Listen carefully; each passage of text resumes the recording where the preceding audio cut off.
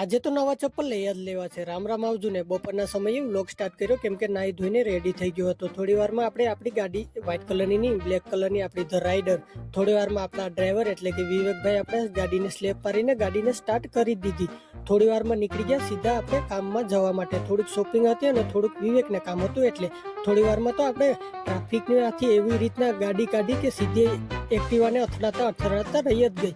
થોડી વારમાં જોયું કે આપણે સરગાસન કોમ્પ્લેક્સ આવી ગયા છે. વિવેકને થોડુંક કામ હતું એટલે પછી જોયું કે રીતેશ તો એવી રીતના આટા મારતો હતો જેમ કે બગીચામાં આટા મારતો હોય. હું તો ધોયેલ મૂળાની જેમ નીચે બેઠો હતો. થોડુંક આપણે સ્ટ્રેટ હતું એટલે ડીમાર્ટમાં પહોંચતા જ આપણે સેલ્ફી લેવાનું સ્ટાર્ટ કર્યું, પણ સેલ્ફી નથી લેવી, આપણે ચપ્પલ લેવાના છે.